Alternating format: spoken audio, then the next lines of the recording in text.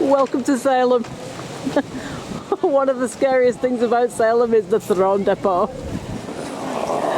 So why are we here? Why am I here? I don't mean at the throne depot, I mean why are we here? Why am I here? Tell us later. Here. Hi, what's up guys, and welcome to Salem. This is a Salem versus Pendle video in which we'll discuss the witch trials at both ends here on the northeast coast of Massachusetts, 1680 to 1692, and then we'll cross over to Pendle. The witches' houses in Salem. This is the front of the house. A lot of the houses would have looked like this at that time.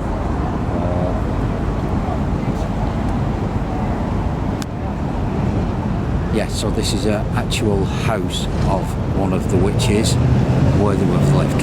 Yes. It's a very historical story at the time, a dark time in the history of America. 1692, 22 people were hung, accused of witchcraft.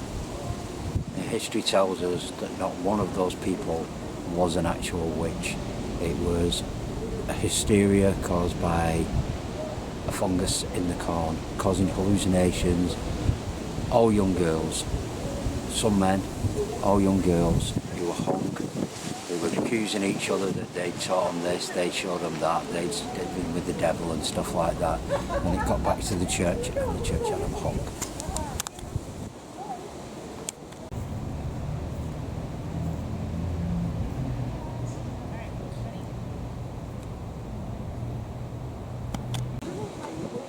As I've discussed probably before, one of the ways that the accusers and judges tried witches was by the ducking stool.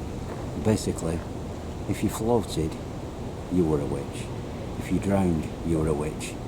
So either way, you were going to die in any way. So, I mean, probably absolutely mad way of sorting things out. But yeah, so if you floated, you were a witch and you were hung. If you drowned, you died anyway, so you can't win.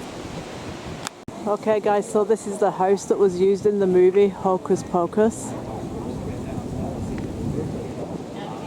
Very nice.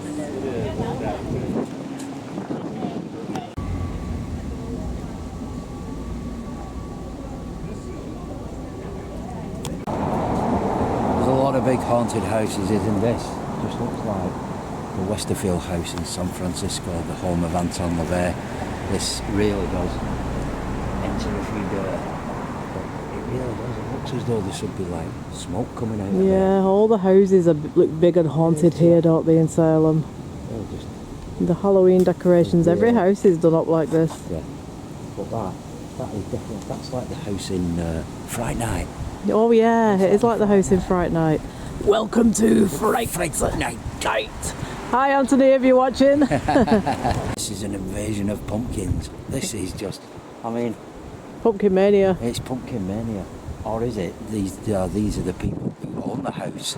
Who knows? Is there somebody, if you knock on that door there, will the person who come in be a giant man with a pumpkin head? Maybe. You don't know. It could be Jack Skellington with a pumpkin head. You never know. Okay, so one of the reasons the witch trials were brought to Salem is because they'd read the report of the court cases from Pendle Hill in 1612 when 12 witches were hung for witchcraft. News travelled over here to Salem and to east coast America, Boston, and they decided to treat their witches in the same way as the Pendle witch trials back in the UK.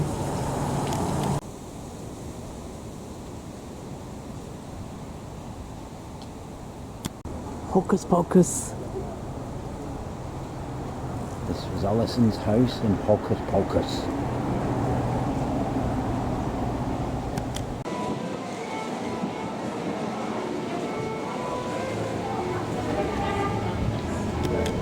Berries and shampoo. The pumpkin spice. We promise you. Any allergies? And chocolate's nice. I mean, marshmallow to die for.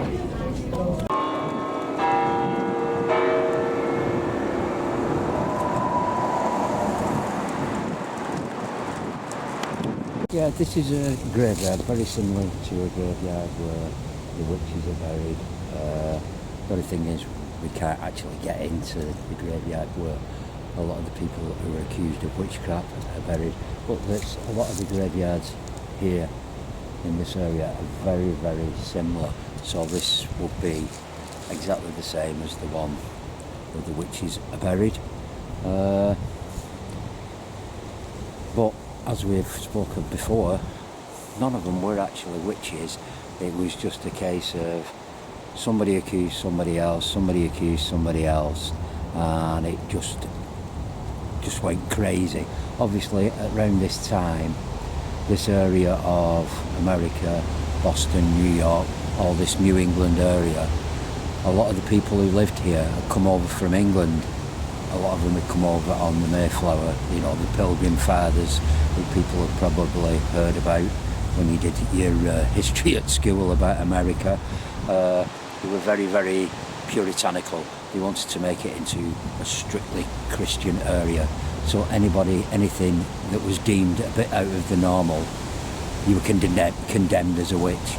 So obviously when all these girls were going crazy, saying they'd seen visions of the devil, saying that they'd met up with so-and-so in the woods and they were dancing about in fires, bringing up forth the devil, they'd put curses on people, they'd bewitched certain men in the village so they could have relationships with and get married to and things like that. It just all blew up, and before you knew it, 22 people were dead. So I want to know who's buried in that grave under the tree right there. Does that mean I've got Solitary grave on it. So go and check it out for us, Andy. Go and read the name on that particular grave. Scrape away. Go on. You know what happened up in... Yeah, I know. I can't remember the name of the cemetery up in Lancashire on that pitch black day, raining, and you slipped, spread eagled, and went face down, hands and knees in the moss, and the grave was cracked and we couldn't even read it. I think we was trying to find some of the other Lancashire witches that weren't attached to the Pendle story at the time, but I do remember you going under the shrubs and then coming out covered in moss because he'd gone face down on hands and knees. The lengths we go to get these graves, guys, for you guys.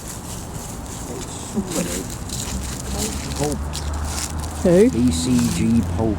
Pope? Not the Pope. Not the Can't be the Pope. Can't be the Pope. Anyway, while we're on... Don't get on a Vatican rant now. We did this in Rome No, once. I'm not going on a Vatican rant. You've heard in this country of Bigfoot. Well, let me tell you something. What we're talking now is the lady who's holding the camera is known in the Boston Common area of Boston as Squirrel Woman. She had squirrels running up and down her coat, grabbing hold of her and not letting go. One squirrel. And people were looking round and looking and going, oh wow. One squirrel. Squirrel Woman. It was one squirrel. One squirrel. Don't believe her. One squirrel. She was the Squirrel Woman of the woods. She was covered in squirrels. One squirrel. All right. It was. One squirrel that felt like 20. But there was quite a few people who stopped and were going, wow, he likes you. He literally ran all the way up her arm and was you know literally why? gripping onto her. You know why the one squirrel ran entirely up my leg and all up my torso and up to my head and tried to take my bobber off? You know why? You know why? Because I'm nuts. And they like nuts. Yeah. Alright, so we just found something a bit weird in here. This bird has been actually decapitated. Yes. Does that look like some kind of ritualistic thing to you? That bird has... It's had its head removed. Somebody has decapitated. It's purposely had its head removed. Disturbing. Yeah, but don't you think that means that some satanic witchcraft is alive and well in Salem? Well... I mean, seriously, that is a headless bird. Somebody's removed the head of that. That, to me, is ritualistic black magic. I mean, that bird has been beheaded. Purposely. That hasn't died of natural causes. That hasn't died. Somebody's put that there and took its head off. And they specifically put it beside that grave for a reason. You think so? Yeah. But it's like... Yeah, that's... all I know about some black magic rituals is that they behead cockerels at midnight, don't they, and drink the blood. I think apparently some covens apparently do this. I don't know if that's true or... Very, very extreme. And I'll put this straight on it. You read a lot, you see a lot in the films about people doing this sort of thing.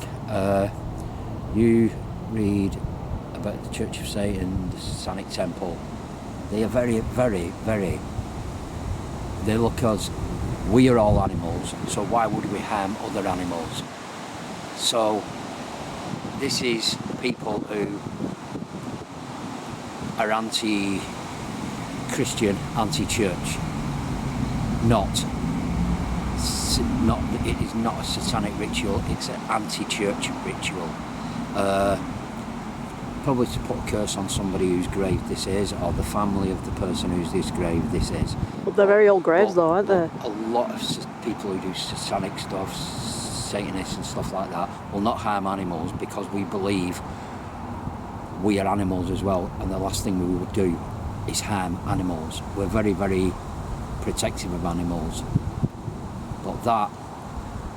I've never seen anything like that before, have you? No, not in Britain, not in England, in Pendle area or anywhere have I seen. Alright, we saw the dead owl at Wally, but that flew into the wall and just died. It was normal. Yeah, that was... This, guys, is ritualistic black magic to me. That's what I would say that is. It's pretty gruesome, but you know, you wander around these graveyards day and night and you never actually know what you're going to find, and that tells me that there are some practices being done around Salem. That's somebody cursing this grave. Yeah, looks like that, doesn't it? Okay, so we're in a graveyard in Salem, guys. Northeast Massachusetts, America.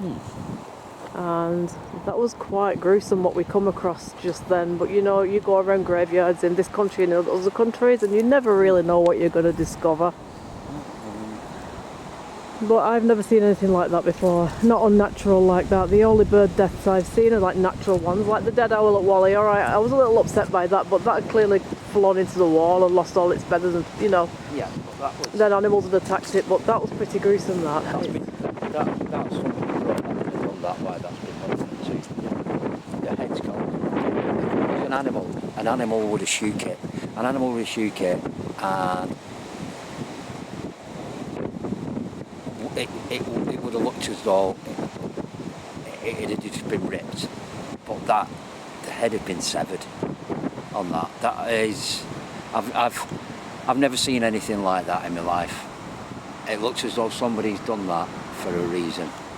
Somebody has done that for a reason there, for that, and put that by that grave, either to curse to keep that person there, or it's to curse the family of those people who keep that curse going on. Yeah, I've never come across anything like that before. I've never. No, it's quite unnerving that actually. Yeah. Okay guys, so this is one of Salem's haunted houses. It belonged to a leather maker apparently, but they have had paranormal and ghost stuff happening here. So I'd catch that on film for you. It's open overnight for paranormal tours and stuff like that, but there you go, that's a real haunted Salem house. And this is the old Quaker meeting house, original to its day.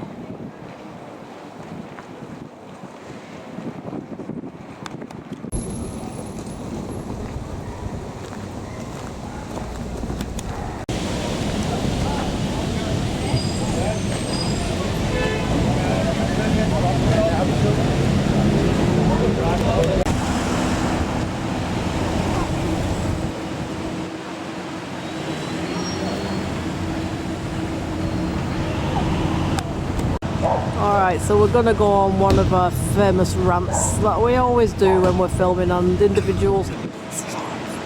Yeah. This goes back to yesterday actually, when we were doing Salem Part 1, which is already out there, you've probably already seen it. And I was doing this really artistic shot, right, and this woman just kind of peered straight into the camera, like directly in, and then stepped back and said, I'm really sorry. Were you filming then? And she's staring at me like through the lens, and I'm Not like, obvious. yeah, I'm filming right now. But it's no worries, I'll just delete you out. So I said I could brush you out, and we can pop music over the top. So don't worry about peering into my lens and saying, "Were you filming right then?" Because yeah, I was. You know. Anyway, this is what I want to show you guys.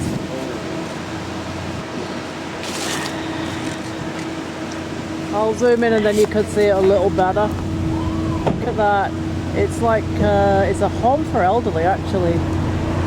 And the way they've set it up, they've done like a pirate. And look at the couple on the front porch. That's me and Andy that in the future times to come. We're going to end up like that one day.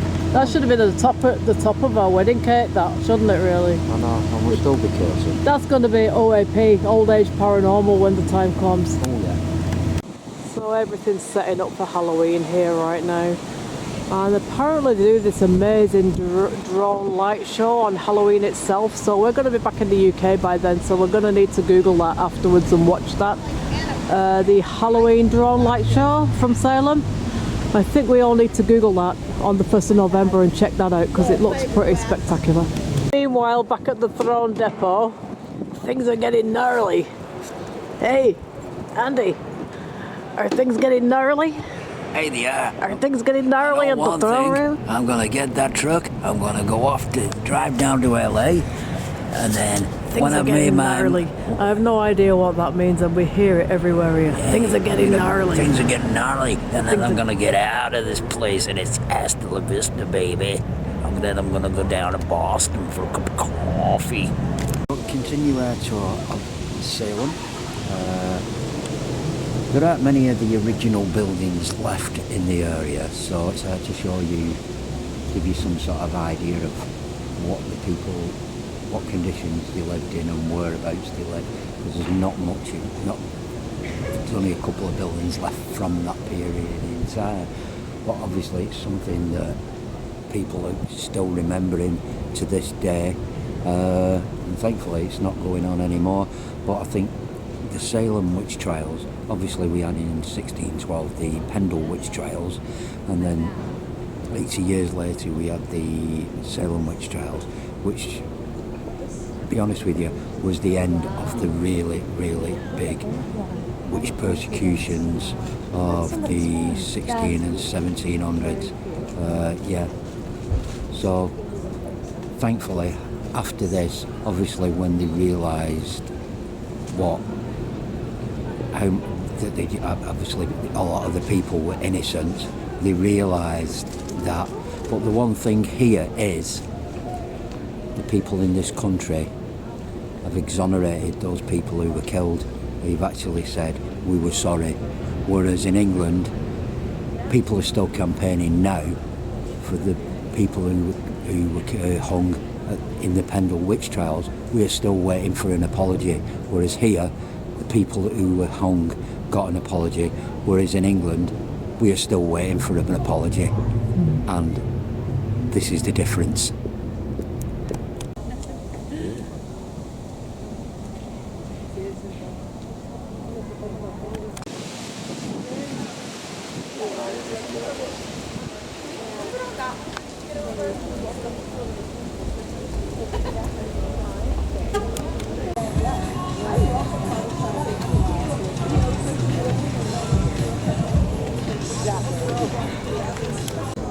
So these are the witch trial graves. Each grave has the name of one of the witches that was hung in 1692 during the Salem witch trials. The men were actually pressed to death, they weren't hung. Very gruesome death. The women were hung, but the men were actually pressed.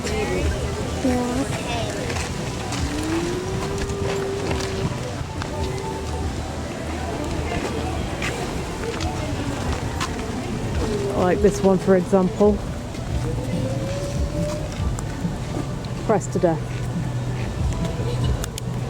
This is the actual cemetery where they were all buried. These are on the outside are just memorials to them.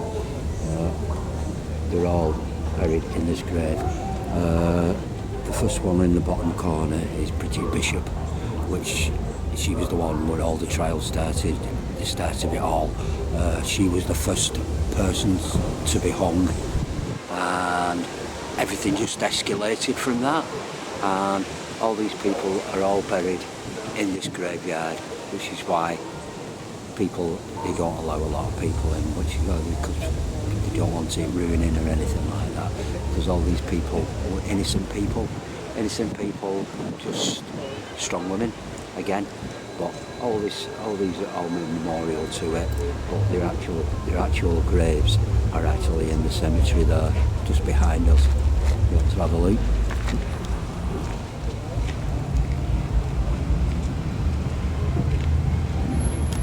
Show you guys the rest of the witches' graves. These are memorial benches to them with their names on.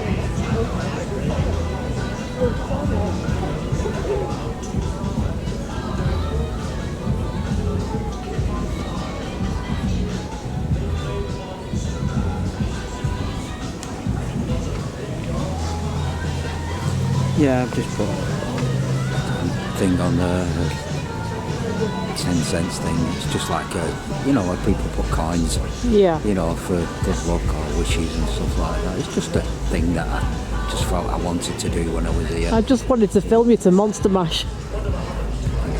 Finished.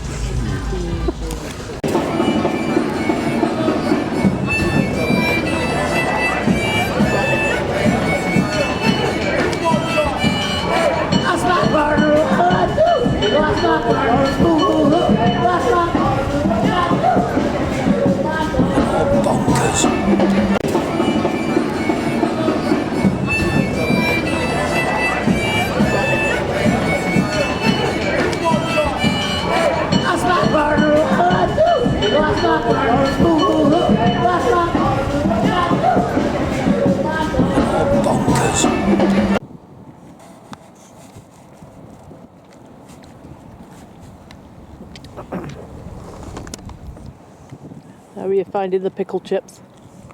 What I'm going to say is, Get ready, guys.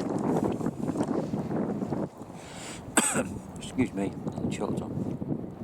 We picked up some the other day, and it said popcorn pickle, which when you think about it, I love pickled onion crisps and that and everything. So we got them, but on the front we should have noticed this. It was like, it said popcorn in a pickle. So we presumed it was pickled onion, and when we opened it up, Alison had a taste of one and just left them. I had a couple of them, and I thought it was actually gherkin flavoured Pickled gherkin popcorn. Popcorn. The most disgusting thing I've ever tasted in my life. Popcorn and gherkins do not go together. Gherkins do not go together with anything. Gherkins are just... Nobody eats them. They put them in burgers. Nobody eats the gherkin. The gherkin is always left at the side of the plate. There must be 10 ton of gherkins been wasted. Why do people put gherkins in stuff? Nobody eats gherkins. Nobody likes gherkins. Why do they put them in? But popcorn, gherkin flavoured popcorn. That is just disgusting. So I'm gherkin sorry. soup is off your menu then? I'm sorry, but it's just wrong. They were the most. Oh God, I can't tell you how wrong they were. Oh no. You know, like the bag had a giant pickled gherkin on the side of it. Don't you think that should have given the game away somewhere that this popcorn was going to be gherkin flavoured? Popcorn in a gherkin flavoured popcorn. It said pickle flavoured gherkin, pickle flavoured popcorn. It didn't say anything about gherkins. So it's actually advertising. It's bad advertising, because if it had said gherkin popcorn, I would have avoided it like the plague. But it didn't say gherkin popcorn. It said popcorn in a pickle. So pickle. Didn't say gherkin. If it had said gherkin, so actually, Trader Joe's owe me $5.99 for a bag of under trading standards. They said they should be advertising it as gherkin flavoured popcorn, not popcorn in a pickle, gherkin flavoured popcorn, and then they wouldn't sell any. Gherkins are horrible. And that's So all I'm is gonna this say on something the you want to matter. bring up with Donald Trump before we leave the USA tomorrow night? We're on the overnight flight, I should add. So you got to go and buy your bag of pickled gherkin popcorn before we leave, because you're not going to get it anywhere else. I'm sorry, I just want people to comment and say what they think of gherkins. And I think there should be a protest. Gherkins should be banned. Why they put them on stuff? Every plate of food that has gherkins in it, every burger you see somebody eating a burger, when the plate's empty, the burger's gone and there's a plate full of gherkins. Always. Why they put them in? And the worst thing is, you bite in them sometimes and you bite into a gherkin and it's horrible. It ruins the whole experience of having a burger, whether it be a meat burger or a vegetarian burger. Nobody wants gherkins. Have they ever got the message? The fact that there's always the gherkins left at the side of the plate, that nobody wants gherkins. Why?